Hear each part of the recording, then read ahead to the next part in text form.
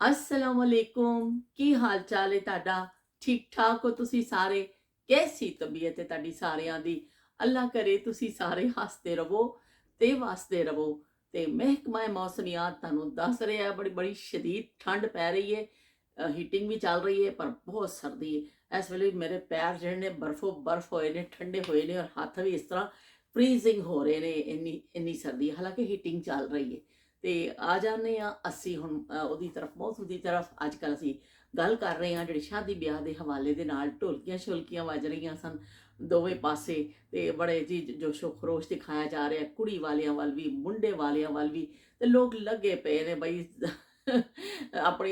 ਆਪਣਾ ਜ਼ੋਰ ਦਿਖਾਣ ਤੇ ਆਪਣਾ ਜੋਸ਼ੋ ਜਜ਼ਬਾ ਦਿਖਾਣ ਤੇ ਉਹ ਮਹਿੰਦੀ ਤੇ ਨਾਲ ਢੋਲਕੀ ਤੇ ਨਾਲ ਨਾਲ ਪਈ ਚੱਲਦੀ ਹੈ ਤੇ 7 ਦਿਨ ਪਹਿਲੇ ਸ਼ਾਦੀ ਤੋਂ ਗਿਣ ਕੇ 7 ਦਿਨ ਪਹਿਲੇ ਕੁੜੀ ਨੂੰ ਮਾਈਓ ਬਿਠਾ ਦਿੱਤਾ ਜਾਂਦਾ ਸੀ ਮਾਈਓ ਬਿਠਾਉਣ ਵਾਸਤੇ ਫਿਰ ਆਵੇ ਪੀਲਾ ਜੋੜਾ ਕਿ मेरे नेहर से आज मुझे आया मेरे नेहर से आज मुझे आया ये पीला जोड़ा ये पीला जोड़ा ये हरी हरी चूड़ियाँ ਤੇ ਬਈ ਪੀਲਾ ਜੋੜਾ ਪਾ ਲੈਂਦੀ ਸੀ ਵਹੁਟੀ ਤੇ ਉਹਨੂੰ ਹਲਕਾ ਜਿਹਾ ਘਰ ਸਾਦੇ ਜਿਹੇ ਕੱਪੜੇ ਜਿਹਦਾ ਲੈ ਕੇ ਬਹੁਤ ਜ਼ਿਆਦਾ ਅੱਜ ਕੱਲ੍ਹ ਜਿਵੇਂ ਬੱਚੀਆਂ ਪਾਉਂਦੀਆਂ ਨੇ ਮਹਿੰਗੇ ਡਰੈਸਿਸ ਇਸ ਤਰ੍ਹਾਂ ਨਹੀਂ ਸਾਦਾ ਪੀਲੇ ਰੰਗ ਦਾ ਕੱਪੜਾ ਲਿਆ ਜਾਂਦਾ ਸੀ ਉਹਦੇ ਉੱਤੇ ਹਲਕੀ ਜਿਹੀ ਕਿਨਾਰੀ ਗੋਟੀ ਜਾਂ ਕੋਈ ਬਾਹਾਂ ਤੇ ਹਲਕਾ ਜਿਹਾ ਬਿਲਕੁਲ ਹਲਕਾ ਜਿਹਾ ਟੱਚ ਦੇ ਦਿੱਤਾ ਜਾਂਦਾ ਸੀ ਦੁਪੱਟੇ ਤੇ ਜਾਂ ਬਾਹਾਂ ਤੇ ਬਾਹਾਂ ਤੇ ਚਲੋ ਵੀ ਉਹ ਕੁੜੀ ਉਹ ਸੂਟ ਫਿਰ ਪਾ ਲੈਂਦੀ ਸੀ ਉਸ ਦਿਨ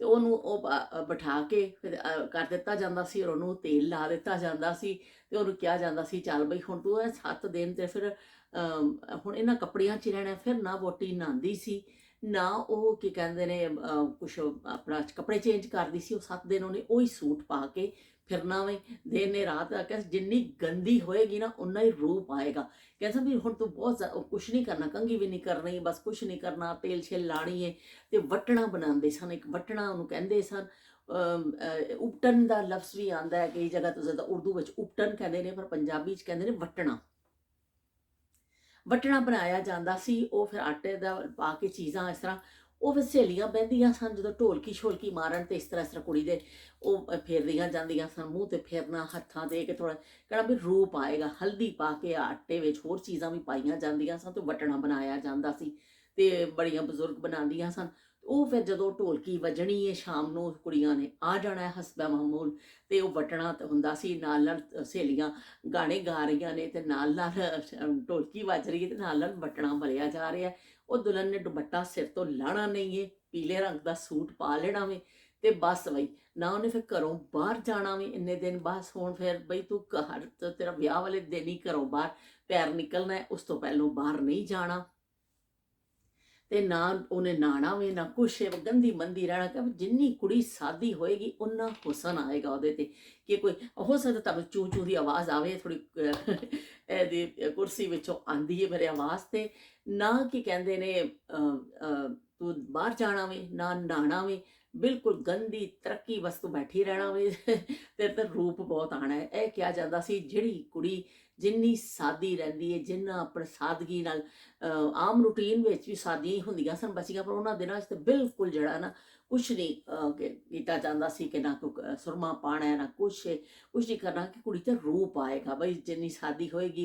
ਵਿਆਹ ਵਾਲੇ ਦਿਨ ਉੱਤੇ ਰੂਪ ਬਹੁਤ ਆਣਾ ਵੇ ਤੇ ਉਹ ਫਿਰ ਕੁੜੀ ਬਹਿ ਜਾਂਦੀ ਸੀ ਫਿਰ ਉਹਨੂੰ ਤੇਲ ਛਿਲ ਲਾ ਦਿੱਤਾ ਜਾਂਦਾ ਸੀ ਤੇ ਨਾਲ ਉਹ ਵਟਣਾ ਤਿਆਰ ਹੋ ਜਾਂਦਾ ਸੀ ਵਟਣਾ ਮਲਦੇ ਸੀ ਇਸ ਤਰ੍ਹਾਂ ਢੋਲਕੀ ਵੱਜ ਰਹੀ ਹੈ ਸ਼ਾਦੀ ਵਿਆਹ ਦੇ ਗੀਤ ਚੱਲ ਰਹੇ ਨੇ ਤੇ ਇਸੇ ਤਰ੍ਹਾਂ ਮੁੰਡੇ ਵੱਲ ਵੀ ਉਹਨੂੰ ਲਾ ਦਿੱਤਾ ਜਾਂਦਾ ਸੀ ਮੁੰਡੇ ਦੇ ਵਿਆਹ ਪਾਬੰਦੀਆਂ ਹੁੰਦੀਆਂ ਸਨ ਕਿ ਬਸ ਬਈ ਹੁਣ ਤੂੰ ਘਰ ਰਹਿਣਾ ਬਾਹਰ ਨਹੀਂ ਬਹੁਤਾ ਫਿਰਨਾ ਦੋਸਤਾਂ ਨੂੰ ਇੱਥੇ ਹੀ ਬੁਲਾ ਲਵੋ ਤੇ ਜੋ ਗੱਪਸ਼ਪ ਮਾਰਨੀ ਹੈ ਕਰ ਲਓ ਬਸ ਹੁਣ ਬਾਹਰ ਨਹੀਂ ਜਾਣਾ ਹੁਣ ਬਸ 7 ਦਿਨ ਰਹਿ ਗਏ ਨੇ ਵਿਆਹ 'ਚ ਕੁੜੀ ਮੁੰਡੇ ਤੇ ਪਾਬੰਦੀਆਂ ਲੱਗ ਜਾਂਦੀਆਂ ਸਨ ਤੇ ਸਪੈਸ਼ਲੀ ਕੁੜੀਆਂ ਤੇ ਜ਼ਿਆਦਾ ਲੱਗ ਜਾਂਦੀ ਸੀ ਕਿ ਉਹ ਵੈਸੇ ਵੀ ਬਾਹਰ ਹੀ ਘੱਟ ਹੀ ਜਾਂਦੀਆਂ ਸਨ ਬੱਚੀਆਂ ਪਰ ਇਹ ਵੀ ਉਸ ਹਵਾਲੇ ਦੇ ਨਾਲ ਉੱਤੇ ਜ਼ਿਆਦਾ ਪਾਬੰਦੀ ਆ ਜਾਂਦੀ ਬਈ ਹੁਣ ਤੂੰ ਕਿਤੇ ਨਹੀਂ ਨਿਕਲਣਾ ਤੇ ਉਹ ਬੱਚੀਆਂ ਫਿਰ ਇਸ ਤਰ੍ਹਾਂ ਨਾਲ ਨਾਲ ਗਾਣੇ ਗਾਉਂਦੀਆਂ ਸਨ ਤੇ ਨਾਲ ਨਾਲ ਵਟਣਾ ਮਲਿਆ ਜਾਂਦਾ ਸੀ ਤੇ ਨਾਲ ਜਿਹੜਾ ਨਾ ਕੋਈ ਬਹੁਤ ਅਹਿਤਮਾਮ ਨਹੀਂ ਹੁੰਦਾ ਸੀ ਮੈਂ ਪਹਿਲੇ ਹੀ ਤੁਹਾਨੂੰ ਦੱਸਿਆ ਕਿ ਸਾਦੇ ਸੂਦੇ ਜ਼ਮਾਨੇ ਹੁੰਦੇ ਸਨ ਤੇ ਬਸ ਚਾਹ ਆ ਜਾਂਦੀ ਸੀ ਬਣ ਕੇ ਘਰੋਂ, ਤੇ ਸਭ ਖਾਣਾ ਖਾ ਕੇ ਆਉਂਦੇ ਸਨ। ਚਾਹ ਦੇ ਨਾਲ ਕੋਈ ਮਠਿਆਈ ਹੋ ਗਈ, ਕੋਈ ਜਲੇਬੀਆਂ ਹੋ ਗਈਆਂ, ਕੋਈ ਲੱਡੂ ਹੋ ਗਏ, ਚਲੋ ਬੱਚੀਆਂ ਨੇ ਥੋੜਾ ਚਾय ਸ਼ਾय ਪੀ ਲਈ, ਢੋਲਕੀ ਮਾਰੀ ਤੇ ਚਲੇ ਗਏ। ਤੇ ਉਹ ਜਿਹੜੀ ਲੁੱਡੀ ਪੈਂਦੀ ਸੀ, ਲੁੱਡੀ ਜਿਹੜਾ ਫਿਰ ਬੜਾ ਜ਼ਬਰਦਸਤ ਇੱਕ ਆਈਟਮ ਹੁੰਦਾ ਸੀ ਕਿ ਸਾਰੀਆਂ ਕੁੜੀਆਂ ਨੇ ਉੱਠ ਜਾਣਾ ਵੇ। ਜਦੋਂ ਥੋੜਾ ਕਿ ਜਦ ਮਹਿਫਲ ਗਰਮ ਹੋ ਜਾਂਦੀ ਸੀ ਨਾ, ਚਲੋ ਵੀ ਕਿਸੇ ਨੇ ਇੱਕ ਨੇ ਆਵਾਜ਼ ਲਾ ਦੇਣੀ ਹੈ, ਚਲੋ ਵੀ ਉੱਠੋ ਲੁੱਡੀ ਪਾਓ। ਤੇ ਉਹ ਫਿਰ ਉੱਠ ਜਾਂਦੀਆਂ ਸਨ ਕੁੜੀਆਂ, ਤੇ ਲੱਕ ਦੇ ਇੱਥੇ ਇੱਥੇ ਦੁਪੱਟਾ ਬੰਨ੍ਹ ਲਿਆ ਜਾਂਦਾ ਸੀ, ਸਿਰਾਂ ਤੋਂ ਲਾ ਕੇ ਦੁਪੱਟੇ ਤੇ ਲੱਕ ਤੇ ਬੰਨ੍ਹ ਲੈਂਦੀਆਂ ਸਨ। ਤੇ ਚਲੋ ਵੀ ਲੁੱਡੀ ਹੈ ਜਮਾ ਲਓ ਪਾਓ, ਉਹ ਲੁੱਡੀ ਪੈਂਦੀ ਸੀ। ਫਿਰ ਲੁੱਡੀ ਪਾਣੀ, ਤੇ ਫਿਰ ਹੋਰ ਵੀ ਕਿਸੇ ਨੂੰ ਜੋ ਫਨਕਾਰ ਬੜੇ ਇਕੱਠੀਆਂ ਹੋਈਆਂ ਹੁੰਦੀਆਂ ਸਨ, ਕਿਸੇ ਨੇ ਇਕੱਲੇ ਇਕੱਲੇ ਵੀ ਡਾਂਸ ਕਰ ਦੇਣਾ ਵੇ, ਤੇ ਕਿਸੇ ਨੇ ਅਲੱਗ ਇਕੱਠੀਆਂ ਨੇ ਵੀ ਕਰਨਾ ਵੇ। ਇਸ ਤਰ੍ਹਾਂ ਫਿਰ ਉਹ ਬੱਚੀਆਂ ਆਪਣਾ ਸ਼ੁਗਲ ਮੇਲਾ ਕਰਦੀਆਂ ਸਨ। ਔਰ ਦੁਲਹਨ ਦੀ ਬੜੀ ਖਾਸ ਹਿਫਾਜ਼ਤ ਕੀਤੀ ਜਾਂਦੀ ਸੀ ਕਿ ਬਈ ਉਹ ਬੈਠੀ ਰਵੇ, ਵਿੱਚ ਮਹਿਮਾਨੀ ਖੁਸੂਸੀ ਹੁੰਦੀ ਸੀ ਕਿ ਬਈ ਹੁਣ ਤੂੰ ਇੱਥੇ ਬੈਠ, ਸ਼ੋਅ ਦੇਖ, ਤੇਰੇ ਵਾਸਤੇ ਸ਼ੋਅ ਅਰੇਂਜ ਕੀਤਾ ਗਿਆ ਵੇ ਸਾਰਾ। ਅੱਜ ਕੱਲ੍ਹ ਜਿਸ ਤਰ੍ਹਾਂ ਬੱਚੀਆਂ ਖੁਦ ਆਪਣੀ ਮੰਗਣੀਆਂ 'ਤੇ ਵੀ ਡਾਂਸ ਕਰ ਰਹੀਆਂ ਨੇ, ਅਕਸਰ ਅਸੀਂ ਦੇਖਦੇ ਹਾਂ, ਔਰ ਬੜਾ ਉਹ ਕਰਦੇ। ਉਸ ਜ਼ਮਾਨੇ 'ਚ ਇਸ ਤਰ੍ਹਾਂ ਨਹੀਂ ਸੀ। ਬੱਚੀ ਬੜੀ ਸ਼ਰਮਾਈ ਲਜਾਈ ਵਿਚਾਰੀ ਬੈਠੀ ਹੁੰਦੀ ਸੀ ਬੜੇ ਉਹਦੇ ਵਿੱਚ ਕਿ ਬਈ ਕੀ ਕਹਿੰਦੇ ਨੇ, ਮੇਰਾ ਵਿਆਹ ਹੋ ਰਿਹਾ ਵੇ, ਤੇ ਉਹਨੂੰ ਜ਼ਿਆਦਾ ਗੱਲਬਾਤ ਕਰਨ ਦੀ ਵੀ ਇਜਾਜ਼ਤ ਨਹੀਂ ਹੁੰਦੀ ਸੀ। ਖਾਮੋਸ਼ੀ ਨਾਲ ਸਾਰਾ ਉਹ ਤਮਾਸ਼ਾ, ਖਾਮੋਸ਼ ਤਮਾਸ਼ਾਈ ਹੁੰਦੀ ਸੀ ਲੜਕੀ, ਦੇਖ ਰਹੀ ਹੁੰਦੀ ਸੀ। ਤੇ ਚਲੋ ਜੀ ਸਹੇਲੀਆਂ ਵਿੱਚ ਗੱਪਸ਼ਪ ਕਰ ਲਈ, ਬਾਕੀ ਬੜਿਆਂ ਦੇ ਨਾਲ ਬਹੁਤ ਜ਼ਿਆਦਾ ਬੱਚੀਆਂ ਫਿਰ ਗੱਲ ਨਹੀਂ ਕਰਦੀਆਂ ਸਨ। ਥੋੜਾ ਉਹਨਾਂ ਨੂੰ ਉਹ ਵੀ ਅਹਿਸਾਸ ਹੁੰਦਾ ਸੀ ਕਿ ਅਸੀਂ ਹੁਣ ਘਰ ਛੱਡ ਕੇ ਚੱਲੇ ਹਾਂ, ਤੇ ਹੁਣ ਸਾਡੀ ਨਵੀਂ ਜ਼ਿੰਦਗੀ ਸ਼ੁਰੂ ਹੋ ਰਹੀ ਹੈ। ਕੁਛ ਸਮਝ ਨਹੀਂ ਹੁੰਦੀ ਸੀ। ਜ਼ਿਆਦਾਤਰ ਬੱਚੀਆਂ ਇਹੀ ਸਮਝਦੀਆਂ ਸਨ, ਸ਼ਾਦੀ ਕੀ ਹੈ ਜੀ, ਸ਼ਾਦੀ ਆਵੇ, ਨਵੇਂ ਕੱਪੜੇ ਪਾਉਣ ਨੂੰ ਮਿਲਣੇ ਨੇ, ਜ਼ੇਵਰ ਮਿਲਣੇ ਨੇ, ਸਾਨੂੰ ਮੇਕਅਪ ਮਿਲ ਜਾਣਾ, ਤਾਂ ਬਈ ਸਾਡੀ ਹੋ ਜਾਣੀਆਂ ਨੇ ਮੌਜਾਂ। ਤੇ ਉਹ ਜ਼ਿਆਦਾਤਰ ਕੁੜੀਆਂ ਇਹੀ ਸਮਝਦੀਆਂ ਸਨ ਕਿ ਵੀ ਬੜੀ ਸ਼ਾਦੀ ਤੋਂ ਬਾਅਦ ਜ਼ਿੰਦਗੀ ਬੜੀ ਹਸੀਨ ਹੈ, ਬਹੁਤ ਤੁਹਾਡੇ ਵਾਸਤੇ ਬਈ ਆਲੀਸ਼ਾਨ ਕੀ ਕਹਿੰਦੇ ਨੇ ਦੁਨੀਆ ਤਿਆਰ ਹੈ, ਔਰ ਬਸ ਬਈ ਰੰਗੀਨੀਆਂ ਹੀ ਰੰਗੀਨੀਆਂ ਨੇ।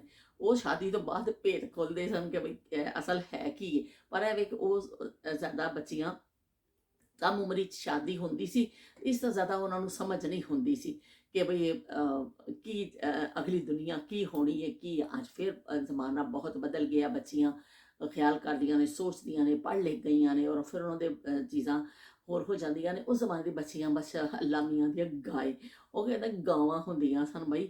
ਉਹਨਾਂ ਨੂੰ ਇਹ ਪਰੇਸ਼ਾਨੀ ਹੁੰਦੀ ਸੀ ਅਸੀਂ ਜਾਣਾ ਵੇ, ਤੇ ਬਸ ਐ ਵੇ ਕਿ ਜਬ ਨਵੇਂ ਕੱਪੜੇ ਮਿਲ ਜਾਣਗੇ ਤਾਂ ਠੀਕ ਹੈ ਜੀ, ਅਸੀਂ 4 ਦਿਨ ਨਵੇਂ ਸੂਟ ਸ਼ੂਟ ਪਾ ਲਵਾਂਗੇ। ਤੇ ਇਸ ਹਵਾਲੇ ਦੇ ਨਾਲ ਫਿਰ ਹੁੰਦਾ ਸੀ, ਫਿਰ ਜਦੋਂ ਮਹਿਫਿਲ ਜ਼ਿਆਦਾਤਰ ਬਰਖਾਸਤ ਹੋਣ ਲੱਗਦੀ ਸੀ, ਆਵੇ ਦੇਖੋ ਬਈ ਮੈਂ ਅੱਜ ਇੱਕ ਲੱਟ ਵੀ ਕੱਢ ਲਈ। ਉਸ ਜ਼ਮਾਨੇ 'ਚ ਇਸ ਤਰ੍ਹਾਂ ਨਾ ਲਟਾਂ ਕੱਢ ਲੈਂਦੀਆਂ ਸਨ ਕੁੜੀਆਂ, ਇਹ ਫੈਸ਼ਨ ਸੀ। ਤੇ ਮੈਂ ਅੱਜ ਕਰ ਲਿਆ, ਮੈਂ ਕਿਹਾ ਚਲੋ ਮੈਂ ਵੀ ਅੱਜ ਉਸ ਜ਼ਮਾਨੇ ਦਾ ਪੀਲਾ ਸੂਟ ਤੇ ਮਾਇਆ ਉਹਦੇ ਹਿਸਾਬ ਨਾਲ ਮੈਂ ਪਾਇਆ ਹੀ ਏ, ਤੇ ਮੈਂ ਇੱਕ ਲੱਟ ਵੀ ਕੱਢ ਲਈ ਦੋਨੋਂ ਪਾਸਿਓਂ, ਕਿ ਇਸ ਤਰ੍ਹਾਂ ਇਹ ਫੈਸ਼ਨ ਬਸ ਕਰਦੀਆਂ ਸਨ। ਇਹ ਫੈਸ਼ਨ ਦੀ ਬਿਲਕੁਲ ਅਖੀਰ, ਐਂਡ, ਇਬਤਦਾ, ਇੰਤਹਾ ਇਹ ਹੀ ਹੁੰਦੀ ਸੀ। 2 ਲਟਾਂ ਕੱਢ ਲੈਂਦੀਆਂ ਸਨ, ਚਲੋ ਵੀ ਇਹ ਫੈਸ਼ਨ ਹੋ ਗਿਆ। ਤੇ ਉਹ ਫਿਰ ਬੱਚੀ ਦਿਲ ਹੀ ਦਿਲ 'ਚ ਬੜੀ ਅਫਸਰਦਾ ਵੀ ਹੁੰਦੀ ਸੀ, ਆਪਣੇ ਘਰ ਵਾਲਿਆਂ ਨੂੰ ਛੱਡ ਕੇ ਉਹਨੇ ਜਾਣਾ ਵੀ। ਤੇ ਉਹ ਕਹਿੰਦਾ ਫਿਰ ਜਦੋਂ ਮਹਿਫਿਲ ਇਸ ਤਰ੍ਹਾਂ ਬਿਲਕੁਲ ਬਰਖਾਸਤ ਹੋਣ ਵਾਲੀ ਹੁੰਦੀ ਸੀ ਨਾ, ਕਿ ਚਲੋ ਵੀ ਹੁਣ ਘੰਟਾ ਡੇਢ ਹੋ ਗਿਆ, ਖੱਪ ਖੁੱਪ ਪਾ ਲਈਏ, ਸਾਰਿਆਂ ਨੇ ਕਰ ਲਿਆ, ਅਖੀਰ ਵਿੱਚ ਫਿਰ ਕੋਈ ਇੱਕ ਰੁਖਸਤੀ ਦਾ ਗਾਣਾ ਗਾ ਲਿਆ ਜਾਂਦਾ ਸੀ। ਫਿਰ ਇਖਤਤਾਮ ਉਸ ਮਹਿਫਿਲ ਦਾ ਇਸ ਤਰ੍ਹਾਂ ਹੁੰਦਾ ਸੀ ਕਿ ਚਲੋ ਬਈ ਫਲਾਣਾ ਗਾਣਾ ਸੁਣਾ ਦਿਓ ਰੁਖਸਤੀ ਦਾ, ਫਲਾਣਾ। ਉਹ ਫਿਰ ਰੁਖਸਤੀ ਦਾ ਗਾਣਾ ਸੁਣਾ ਦਿੱਤਾ ਜਾਂਦਾ ਸੀ। ਫਿਰ ਬਸ ਸਾਰੇ ਰੋਣ ਲੱਗ ਪੈਂਦੇ ਸਨ, ਜਿਹੜੀਆਂ ਮਾਈਆਂ ਸ਼ਾਈਆਂ ਬੈਠੀਆਂ ਹੁੰਦੀਆਂ ਸਨ, ਮਾਮੀਆਂ ਚਾਚੀਆਂ, ਉਹ ਸਾਰੀਆਂ ਬੁੜੀਆਂ ਵੀ ਰੋਣ ਲੱਗ ਪੈਂਦੀਆਂ ਸਨ, ਕੁੜੀਆਂ ਵੀ ਥੋੜ੍ਹੇ ਜਿਹੇ ਉਦਾਸੀ ਆ ਜਾਂਦੀ ਸੀ।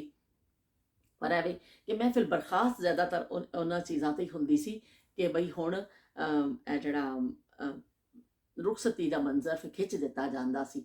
ਉਹ ਫਿਰ ਬੜਾ ਉਦਾਸੀ ਦਾ ਆਲਮ ਹੁੰਦਾ ਸੀ। ਸਾਰੇ ਅਫਸਰਦਾ ਹੋ ਜਾਂਦੇ ਸਨ। ਕਿਤੇ ਥੋੜ੍ਹੀ ਦੇਰ ਪਹਿਲੇ ਢੋਲ 'ਤੇ ਨੱਚ ਰਹੀਆਂ ਹੁੰਦੀਆਂ ਹਨ, ਟੱਪ ਰਹੀਆਂ ਹੁੰਦੀਆਂ ਸਨ, ਪਰ ਉਹ ਫਿਰ ਅਲਫਾਜ਼ ਐਸੇ ਹੁੰਦੇ ਨੇ ਇਨਸਾਨ ਦੇ ਉੱਪਰ ਅਸਰ ਕਰਦੇ ਨੇ, ਤੇ ਉਹ ਫਿਰ ਸਾਰੇ ਹੀ ਸੁਣ ਕੇ ਨਾ ਅਫਸਰਦਾ ਹੋ ਜਾਂਦੇ ਸਨ। ਉਹ ਜਿਹੜੇ ਗੀਤ ਹੁੰਦੇ ਸਨ। ਇਸ ਤਰ੍ਹਾਂ ਸਾਡੇ ਇੱਕ ਸਾਡੀ ਖਾਲਾ ਜੀ ਸਨ, ਮੁਹੱਲੇ 'ਚ ਹੀ ਰਹਿੰਦੇ ਸਨ, ਅੱਲਾਹ ਤਾਲਾ ਉਹਨਾਂ ਨੂੰ ਜੰਨਤ ਨਸੀਬ ਕਰੇ। ਤੇ ਉਹ ਫਿਰ ਸਾਨੂੰ ਉਹਨਾਂ ਨੇ ਫਿਰ ਸੁਣਾਉਣਾ ਗਾਣਾ, ਤੇ ਉਹਨਾਂ ਨੇ ਫਿਰ ਅਸੀਂ ਵੀ ਉਹਨਾਂ ਕੋਲੋਂ ਹੀ ਸਿੱਖਿਆ ਕਿ ਉਹ ਗਾਉਂਦੇ ਸਨ। ਉਹ ਬੜਾ ਅੱਛਾ ਸੀ। ਫਿਰ ਅਸੀਂ ਵੀ ਅੱਗੇ ਅੱਗੇ ਸ਼ਾਦੀਆਂ 'ਤੇ ਫਿਰ ਅਸੀਂ ਵੀ ਨਾਲ ਗਾਉਣ ਲੱਗ ਗਏ, ਬੋਲ ਯਾਦ ਕਰ ਲਏ।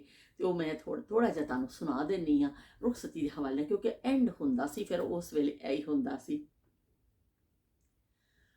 ਅੱਜ ਦੀ ਕੜੀ ਡੋਲੀ ਰੱਖ ਮੇਰੀ ਮਾਂ ਰੋਵਾਂ, ਬਾਬੁਲ ਦੀ ਫੜ ਕੇ ਝੋਲੀ ਨੀ ਮਾਂ ਨਾ ਮੈਂ ਲੜੀਆਂ ਤੇ ਨਾ ਮੈਂ ਬੋਲੀ ਨੀ ਮਾਜ, ਰੱਖ ਲੈ ਮੇਰੀ ਡੋਲੀ ਨੀ ਮਾਂ।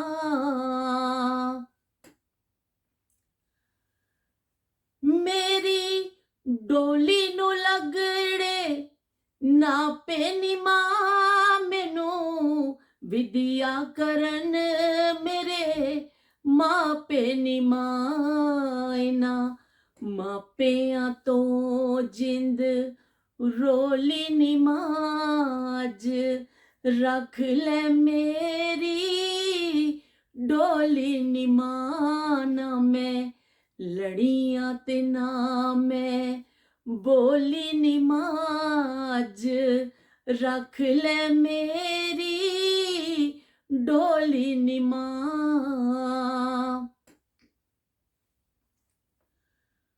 ਮੇਰੀ ਡੋਲੀ ਦੇ ਕੋਲ ਆਇਆ ਲਾੜਾ ਨੀ ਮਾਂ, ਮੇਰਾ ਲੂ ਲੂ ਕੰਬਿਆ ਸਾਰਾ ਨੀ ਮਾਂ। ਮੇਰੀ ਡੋਲੀ ਦੇ ਕੋਲ ਆਇਆ ਲਾੜਾ ਨੀ ਮਾਂ, ਮੇਰਾ ਲੂ ਲੂ ਕੰਬਿਆ ਸਾਰਾ ਨੀ ਮਾਂ। ਇਹਨਾਂ ਸਹੁਰਿਆਂ ਤੋਂ ਜਿੰਦ ਰੋਲੀ ਨੀ ਮਾਜ, ਰੱਖ ਲੈ ਮੇਰੀ ਡੋਲੀ ਨੀ ਮਾਂ। ਨਾ ਮੈਂ ਲੜੀਆਂ ਤੇ ਨਾ ਮੈਂ ਬੋਲੀ ਨੀ ਮਾਜ, ਰੱਖ ਲੈ ਮੇਰੀ ਡੋਲੀ ਨੀ ਮਾਂ। ਮੈਂ ਬੜੀ ਕੋਸ਼ਿਸ਼ ਕੀਤੀ ਹੈ ਕਿ ਮੈਂ ਜ਼ਰਾ ਸਹੀ ਉਹਦਾ ਤਲਫੁਜ਼ ਕਰਾਂ। ਕਾਫੀ ਅਰਸਾ ਵੀ ਹੋ ਗਿਆ ਵੇ ਤੇ ਤਾਨ ਵੀ ਚੰਗੀ ਖਿਚੜੀ ਪੈ ਰਹੀ ਸੀ, ਪਰ ਉਸ ਤਰ੍ਹਾਂ ਤੇ ਹੁਣ ਜ਼ਰਾ ਗਲਾ ਉਹ ਚੀਜ਼ ਨਹੀਂ ਰਹੀ ਹੈ। ਪਰ ਐਵੇਂ ਕਿ ਚਲੋ ਮੈਨੂੰ ਬੋਲ ਯਾਦ ਸਨ ਤੇ ਮੈਂ ਕੋਸ਼ਿਸ਼ ਕੀਤੀ ਹੈ ਕਿ ਉਹ ਫਿਰ ਜਦੋਂ ਇਹ ਬੋਲ ਆਉਂਦੇ ਸਨ, ਇਹ ਕਾਫੀ ਲੰਬਾ ਵੇ। ਇਹਦੇ ਵਿੱਚ ਭਰਾਵਾਂ ਦਾ ਵੀ ਜ਼ਿਕਰ ਆਉਂਦਾ, ਇਹਦੇ ਵਿੱਚ ਚਾਚਿਆਂ ਦਾ ਵੀ ਜ਼ਿਕਰ ਆਉਂਦਾ, ਮਾਮਿਆਂ ਦਾ ਵੀ ਜ਼ਿਕਰ ਆਉਂਦਾ। ਮੇਰੀ ਡੋਲੀ ਨੂੰ ਲੱਗੜੇ ਹੀਰੇ ਨੀ ਮਾਂ, ਮੈਨੂੰ ਵਿਦਿਆ ਕਰਨ ਮੇਰੇ ਵੀਰੇ ਨੀ ਮਾਂ। ਤੇ ਇਸ ਤਰ੍ਹਾਂ ਚਾਚਿਆਂ ਦਾ ਵੀ ਮਾਮਿਆਂ ਦਾ ਤਾਂ ਬੜਾ ਜ਼ਿਕਰ ਆਉਂਦਾ, ਭੈਣਾਂ ਦਾ ਜ਼ਿਕਰ ਆਉਂਦਾ ਵੇ। ਤੇ ਉਹ ਫਿਰ ਸਾਰਾ ਉਹ ਬੱਚੀ ਆਪਣੀ ਰੁਖਸਤੀ ਦਾ ਜਮਾ, ਉਹ ਫਿਰ ਇਹ ਜਦੋਂ ਅਖੀਰ ਚ ਆਉਂਦਾ ਸੀ ਨਾ, ਬਸ ਵੀ ਸਾਰੇ ਰੋ ਰੋ ਕੇ ਹਾਲਤ ਬੁਰੀ ਹੋ ਜਾਂਦੀ ਸੀ। ਉਹ ਕੁੜੀ ਵੀ ਰੋਣ ਲੱਗ ਜਾਂਦੀ ਸੀ, ਦੁਲਹਨ ਵੀ ਰੋਣ ਲੱਗ ਜਾਂਦੀ ਸੀ, ਤੇ ਉਹ ਸਾਰੇ ਹੀ ਰੋਣ ਲੱਗ ਜਾਂਦੇ ਸਨ। ਫਿਰ ਸਾਰੇ ਉਹਨੂੰ ਪਿਆਰ ਕਰਦੇ ਸਨ। ਫਿਰ ਇੱਕ ਆਖਰੀ ਮਰਲਾ ਪਿਆਰ ਦਾ ਹੁੰਦਾ ਸੀ, ਨਹੀਂ ਨਹੀਂ ਕੋਈ ਨਹੀਂ, ਚਲੋ ਉਹਨੂੰ ਫਿਰ ਚੁੱਪ ਕਰਾਉਣਾ ਕਰਨਾ। ਤੇ ਉਹ ਫਿਰ ਬੜਾ ਹੁੰਦਾ ਸੀ ਕਿ ਜਿਹੜਾ ਸਾਰੇ ਮਿਲ ਕੇ ਬੈਠ ਕੇ ਰਸਮ ਹੁੰਦੀ ਸੀ ਬਹੁਤ। ਮੈਂ ਤੁਹਾਨੂੰ ਪਹਿਲਾਂ ਵੀ ਕਈ ਦਫਾ ਇਹ ਗੱਲ ਕਹਿ ਚੁੱਕੀ ਹਾਂ, ਬਿਲਕੁਲ ਸਾਦੇ ਸੂਦੇ ਜ਼ਮਾਨੇ ਸਨ, ਕੋਈ ਖਰਚੇ ਵਾਲੇ ਉਹਦੇ ਵਿੱਚ ਆਈਟਮ ਨਹੀਂ ਹੁੰਦੇ ਸਨ। ਬਸ ਆ ਕੇ ਬੈਠ ਜਾਓ ਤੇ ਰਲ ਕੇ ਤੇ ਢੋਲਕੀ ਮਾਰ ਲਵੋ ਤੇ ਥੋੜ੍ਹੀਆਂ ਜਿਹੀ ਗੱਲਾਂ ਛੱਲਾਂ ਬੱਚੀਆਂ ਕਰ ਲੈ, ਗੱਪਸ਼ਪ ਕਰ ਲਈ, ਚਾਹ ਚਾਹ ਪੀ ਲਈ।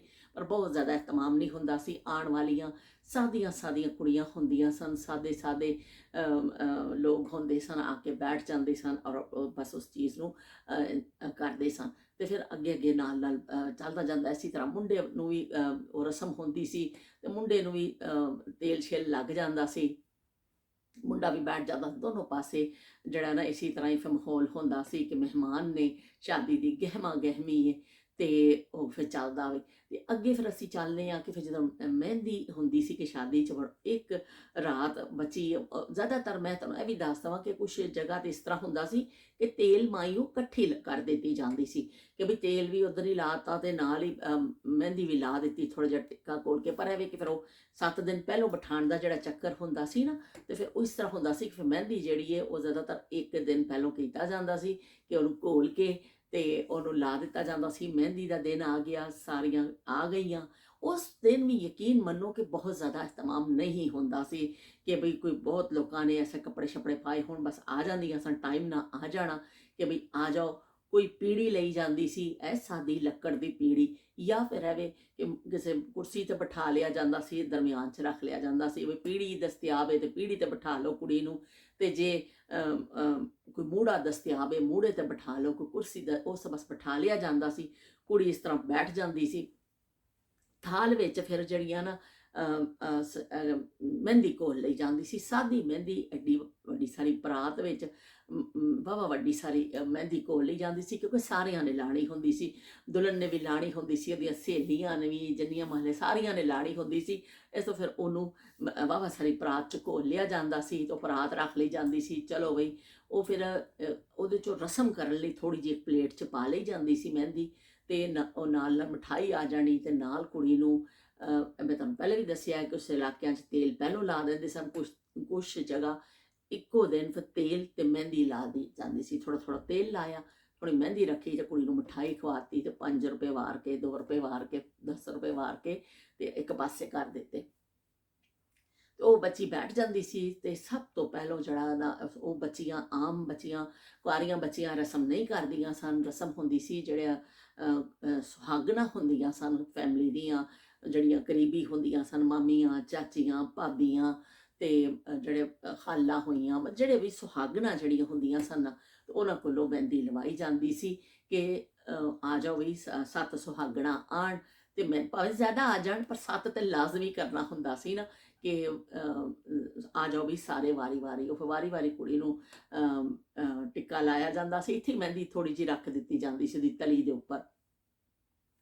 ਆ ਕੇ ਉਹਨੂੰ ਥੋੜ੍ਹੀ ਜਿਹੀ ਮਿਠਾਈ ਖਵਾਈ, ਤੇ ਚਲੋ ਜੀ ਪੈਸੇ ਵਾਰੇ, ਅਗਲੀ ਦੀ ਵਾਰੀ ਆ ਗਈ। ਇਸ ਤਰ੍ਹਾਂ ਸਾਰੀ ਜਿਹੜੀਆਂ ਰਿਸ਼ਤੇਦਾਰ ਹੁੰਦੀਆਂ ਸਨ, ਕਰੀਬੀ ਜਾਂ ਮੁਹੱਲੇ ਵਾਲੀਆਂ, ਤੇ ਪਰ ਰਸਮ ਉਹ ਸੁਹਾਗਣ ਨਹੀਂ ਕਰਦੀ ਸੀ। ਅਗਰ ਖੁਦਾ ਨਾ ਖਾਸਤਾ ਕੋਈ ਬੇਵਾਹ ਹੋ ਗਈ ਇਸ ਤਰ੍ਹਾਂ, ਉਹਨੂੰ ਨਹੀਂ ਉਹ ਕੀਤਾ ਜਾ, ਉਹ ਖੁਦ ਵੀ ਅੱਗੇ ਨਹੀਂ ਆਉਂਦੀ ਸੀ, ਸੁਹਾਗਣਾ ਦੀ ਰਸਮ ਹੁੰਦੀ ਸੀ, ਤੇ ਉਹਨਾਂ ਨੂੰ ਫਿਰ ਉਹਨਾਂ ਇੱਕ ਵਾਰੀ ਬੱਚੀਆਂ ਆਉਂਦੀਆਂ ਸਨ। ਚਲੋ ਬਈ ਸਾਰੇ ਰਸਮ ਹੋ ਗਈ ਏ, ਤੇ ਉਸ ਤੋਂ ਬਾਅਦ ਫਿਰ ਇੱਕ ਸਾਡੇ ਵਿੱਚ ਰਸਮ ਸੀ, ਪਤਾ ਨਹੀਂ ਕਿਸੇ ਹੋਰ ਵਿੱਚ ਹੋਵੇ ਨਾ ਹੋਵੇ, ਮੈਨੂੰ ਨਹੀਂ ਪਤਾ। ਸਾਡੇ ਇਲਾਕੇ ਵਿੱਚ ਜਾਂ ਸਾਡੇ ਜਿਸ ਫੈਮਿਲੀ ਵਿੱਚ ਹਾਲੇ ਵੀ ਹੈਗੀ ਏ, ਕਿ ਉਹ ਜਦੋਂ ਸਾਰੀ ਰਸਮ ਹੋ ਗਈ, ਤੇ ਕੁੜੀ ਨੂੰ ਉੱਠ ਕੇ ਕਿਸੇ ਨੂੰ ਧੱਫ ਮਾਰਦੀ ਸੀ। ਉਹ ਜਿਹੜਾ ਹੱਥ ਸੀ ਨਾ, ਉੱਠ ਕੇ ਆਪਣੇ ਇਸ ਹੱਥ 'ਤੇ ਮਹਿੰਦੀ ਲੱਗੀ ਹੁੰਦੀ ਸੀ, ਦੂਸਰਾ ਹੱਥ ਜਿਹੜਾ ਸੀ ਨਾ, ਉਹ ਉੱਠ ਕੇ ਕਿਸੇ ਨੂੰ ਆਪਣੀ ਰਿਸ਼ਤੇਦਾਰ ਲੜਕੀ ਨੂੰ ਮਾਰਦੀ ਸੀ ਧੱਫ, ਜਾਂ ਦੋਸਤ ਨੂੰ। ਤੇ ਫਿਰ ਲੋਕ ਕਹਿੰਦੇ ਸਨ ਵੀ ਇਹਦਾ ਵਿਆਹ ਛੇਤੀ ਹੋ ਜਾਏਗਾ, ਦੁਲਹਨ ਜਿਹੜੀ ਰਸਮ ਤੋਂ ਬਾਅਦ ਜੇ ਇਹਨੂੰ ਧੱਫ ਮਾਰੇਗੀ ਨਾ, ਉਹਦਾ ਵਿਆਹ ਛੇਤੀ ਹੋ ਜਾਏਗਾ। ਤੇ ਉਹ ਫਿਰ ਕੰਨ ਵਿੱਚ ਪਹਿਲੇ ਹੀ ਕਿਸੇ ਕੁੜੀ ਦਾ ਅਗਰ ਵਿਆਹ, ਮਤਲਬ ਰਿਸ਼ਤੇ ਦਾ ਮਸਲਾ ਹੁੰਦਾ ਸੀ ਕੁਛ, ਤੇ ਉਹਨੂੰ ਕਹਿ ਦਿੱਤਾ ਜਾਂਦਾ ਸੀ, ਖਾਨਦਾਨੀ ਔਰਤਾਂ ਕਹਿ ਦਿੰਦੀਆਂ ਸੀ ਵੀ ਫਲਾਣੀ ਨੂੰ ਧੱਫ ਮਾਰਨੀ ਹੈ ਤੂੰ। ਤੇ ਉਹ ਜਾਂ ਲੜਕੀ ਨੂੰ ਖੁਦ ਹੀ ਪਤਾ ਹੁੰਦਾ ਸੀ ਕਿ ਮੇਰੀ ਫੈਮਿਲੀ, ਸਾਡੀ ਫੈਮਿਲੀ 'ਚੋਂ ਆ ਲੜਕੀ ਹੈ ਜਿਹਦਾ ਹਲੇ ਹੁਣ ਰਿਸ਼ਤਾ ਹੋਣਾ ਚਾਹੀਦਾ ਵੇ, ਜਾਂ ਉਹਦੀ ਐਸੀ ਕੋਈ ਦੋਸਤ ਹੁੰਦੀ ਸੀ। ਉਹ ਦੁਲਹਨ ਵੀ ਬੜੀ ਫਿਰ ਮੌਕਾ ਦੇਖ ਕੇ ਬੈਠੀ ਹੁੰਦੀ ਸੀ, ਤੇ ਉਹ ਫਿਰ ਜਲਦੀ ਦੇ ਨਾਲ ਜਿਵੇਂ ਰਸਮ ਹੁੰਦੀ ਸੀ ਨਾ, ਉਗਦੀ ਸੀ, ਤੇ ਬਸ ਫਟਾਫਟ ਉੱਠ ਕੇ ਸਾਰੀਆਂ ਕੁੜੀਆਂ ਦੌੜਦੀਆਂ ਸਨ, ਪਰ ਉਹਨੇ ਜਿਹਨੂੰ ਧੱਫ ਮਾਰਨੀ ਹੁੰਦੀ ਸੀ, ਜਾ ਕੇ ਟੜਕ ਕਰਕੇ ਧੱਫ ਮਾਰ ਦਿੰਦੀ ਸੀ। ਉਹ ਇੱਕ ਰਸਮ, ਲੇਕਿਨ ਉਹ ਹੁਣ ਅੱਜ ਕੱਲ੍ਹ ਸ਼ਾਦੀ ਹਾਲਾਂ ਵਿੱਚ ਉਹ ਇਹ ਧੱਫ ਵਾਲੀ ਰਸਮ ਜਿਹੜੀ ਹੈ ਨਾ, ਇਹ ਖਤਮ ਹੋ ਗਈ ਹੈ। ਉਹ ਬਾਕੀ ਸਾਰੀਆਂ ਚੀਜ਼ਾਂ ਹੁੰਦੀਆਂ ਨੇ, ਧੱਫ ਕਿ ਬਈ ਉਹ ਮਹਿੰਦੀ ਲੱਗਦੀ ਹੈ, ਤੇ ਇਹ ਹੁੰਦਾ ਉਹ ਹੁੰਦਾ, ਡਾਂਸਿੰਗ ਸਭ ਚੀਜ਼ਾਂ, ਲੇਕਿਨ ਜਿਹੜਾ ਹੱਥ ਮਾਰਨਾ ਨਾ, ਧੱਫ ਮਾਰਨੀ, ਉਹ ਮੈਂ ਹੁਣ ਨਹੀਂ ਦੇਖਿਆ, ਅਰਸਾ ਹੋ ਗਿਆ। ਸਾਡੀ ਫੈਮਿਲੀ 'ਚ ਹੈਗੀ ਹਲੇ, ਲੇਕਿਨ ਇਹ ਵੀ ਕਿ ਇਤਫਾਕ ਹੈ ਕਿ ਮੈਂ ਹੁਣ ਹਾਲ 'ਚ ਹੋਣ ਲੱਗ ਗਈਆਂ ਨੇ ਮਹਿੰਦੀਆਂ ਵਗੈਰਾ ਵੀ, ਇਹ ਰਸਮ ਜਿਹੜਾ ਹੁਣ ਖਤਮ ਹੋ ਗਈ ਹੈ। ਇਹ ਰਸਮ ਬਿਲਕੁਲ ਜਿਹੜਾ ਨਾ, ਹੁਣ ਮੈਂ ਕਾਫੀ ਅਰਸਾ ਹੋ ਗਿਆ ਨਹੀਂ ਦੇਖੀ। ਨਾਯਾਬ ਜ਼ਮਾਨਿਆਂ 'ਚ ਬੜੀ ਮਸ਼ਹੂਰ ਹੁੰਦੀ ਸੀ ਵੀ ਧੱਫ ਜ਼ਰੂਰ ਮਾਰਦੀ ਸੀ ਦੁਲਹਨ, ਤੇ ਉਸ ਤੋਂ ਬਾਅਦ ਫਿਰ ਚਲੋ ਵੀ ਧੱਫ ਵੀ ਵੱਜ ਗਈ, ਚਲੋ ਵੀ ਰਸਮ ਵੀ ਹੋ ਗਈ, ਤੇ ਸਾਰੇ ਖਾਓ ਮਠਿਆਈ, ਥੋੜ੍ਹੀ ਦੇਰ ਬੈਠਣਾ ਵੀ, ਹੋਰ ਬੈਠੋ, ਪਰ ਥੋੜ੍ਹੀ ਦੇਰ ਜ਼ਿਆਦਾ ਬੈਠ ਜਾਵੇ, ਸਾਰੀਆਂ ਬੈਠ ਕੇ ਨਾ ਚਲੋ ਵੀ ਆਪਣੇ ਟਿੱਕੇ ਬਣਾ ਲਈਏ। ਉਹ ਮਹਿੰਦੀ ਘੋਰੀ ਹੁੰਦੀ ਸੀ, ਲੋ ਵੀ ਬੈਠ ਕੇ ਸਾਰੀਆਂ ਜਣੀਆਂ ਆਪਣੇ ਆਪਣੇ ਟਿੱਕੇ ਬਣਾ ਲਓ, ਤੇ ਕਿਸੇ ਨੇ ਪੂਰੀ ਤਲੀ ਦੇ ਉੱਪਰ ਲਾ ਲੈਣੀ ਮਹਿੰਦੀ ਇਸ ਤਰ੍ਹਾਂ, ਕਿਸੇ ਨੇ ਐਸਾ ਗੋਲ ਟਿੱਕਾ ਬਣਾ ਕੇ ਤੇ ਉਂਗਲਾਂ ਤੇ ਲਾ ਲੈਣੀ, ਕਿਸੇ ਨੇ ਮਤਲਬ ਮੁਖਤਲਿਫ ਜਿਹਨੇ ਜੋ ਜਿਸ ਤਰ੍ਹਾਂ ਕਰਨਾ। ਸਾਦੇ ਸੁਦੇ ਤੇ ਹੁੰਦੇ ਕੋਨ ਵਗੈਰਾ, ਤੇ ਡਿਜ਼ਾਈਨਿੰਗ ਵਾਲੀ ਮਹਿੰਦੀ ਤਾਂ ਉਦੋਂ ਨਹੀਂ ਹੁੰਦੀ ਸੀ, ਬਸ ਫਿਰ ਜਿਹਨੂੰ ਜੋ ਸੁੱਝਦਾ ਸੀ ਨਾ, ਉਹ ਕਰ ਲੈਂਦਾ ਸੀ, ਕਿ ਵੀ ਜੋ ਚੀਜ਼ ਸਮਝ ਆ ਰਹੀ ਹੈ ਤੁਸੀਂ ਬਣਾ ਲਓ। ਕੋਈ ਐਸਾ ਦਿਲ ਮਹਿੰਦੀ ਦੇ ਨਾਲ ਬਣਾ ਲੈਂਦੀਆਂ ਸਨ ਕੁੜੀਆਂ, ਕੋਈ ਕੁਛ ਗੋਲ ਟਿੱਕਾ ਬਣਾ ਲਓ, ਚਕੋਰ ਬਣਾ ਲਓ, ਜੋ ਬਣਾਉਣਾ ਬਣਾਓ, ਵੀ ਥਾਲ ਰੱਖਿਆ ਵਿੱਚ, ਤੇ ਕੁੜੀਆਂ ਬੈਠੀਆਂ ਨੇ ਆਪਣੇ ਆਪਣੇ ਫਨਕਾਰੀ ਸਭ ਕਰ ਰਹੀਆਂ ਨੇ, ਆਪਣੀ ਮਦਦ ਆਪ ਦੇ ਤਹਿਤ ਫਿਰ ਲਾ ਲਈ ਜਾਂਦੀ ਸੀ। ਜੇ ਨਹੁੰਆਂ ਦੇ ਉੱਪਰ ਲੱਗਦੀ ਸੀ ਨਾ, ਉਹ ਬੜੀ ਅੱਛੀ ਲੱਗਦੀ ਸੀ, ਉਂਗਲ ਦੀ ਪੂਰੀ ਪੋਰ ਜਿਹੜੀ ਹੈ ਨਾ ਉੱਪਰੋਂ, ਤੇ ਨਹੁੰਆਂ ਦੇ ਉੱਪਰ ਲਾ ਕੇ ਇੱਕ ਟਿੱਕਾ, ਇਹ ਸਭ ਤੋਂ ਮਸ਼ਹੂਰ ਆਈਟਮ ਹੁੰਦਾ ਸੀ ਮਹਿੰਦੀ ਦੇ ਹਵਾਲੇ ਦੇ ਨਾਲ। ਉਸ ਦਿਨ ਸਾਰਿਆਂ ਨੇ ਮਹਿੰਦੀ ਲਾ ਲੈਣੀ ਹੈ, ਤੇ ਬਈ ਹੁਣ ਕੱਲ੍ਹ ਆਉਣੀ ਹੈ ਬਰਾਤ, ਤੇ ਚਲੋ ਬਈ ਹੁਣ ਕੀ ਕਹਿੰਦੇ ਨੇ, ਲਾ ਲਵੋ ਮਹਿੰਦੀ, ਤੇ ਰਾਤ ਫਿਰ ਕੁੜੀਆਂ ਇਸ ਤਰ੍ਹਾਂ ਫਿਰ ਸ਼ੁਗਲ ਲਾ ਲੈਂਦੀਆਂ ਸਨ ਮਹਿੰਦੀ ਦੇ ਹਵਾਲੇ ਨਾਲ।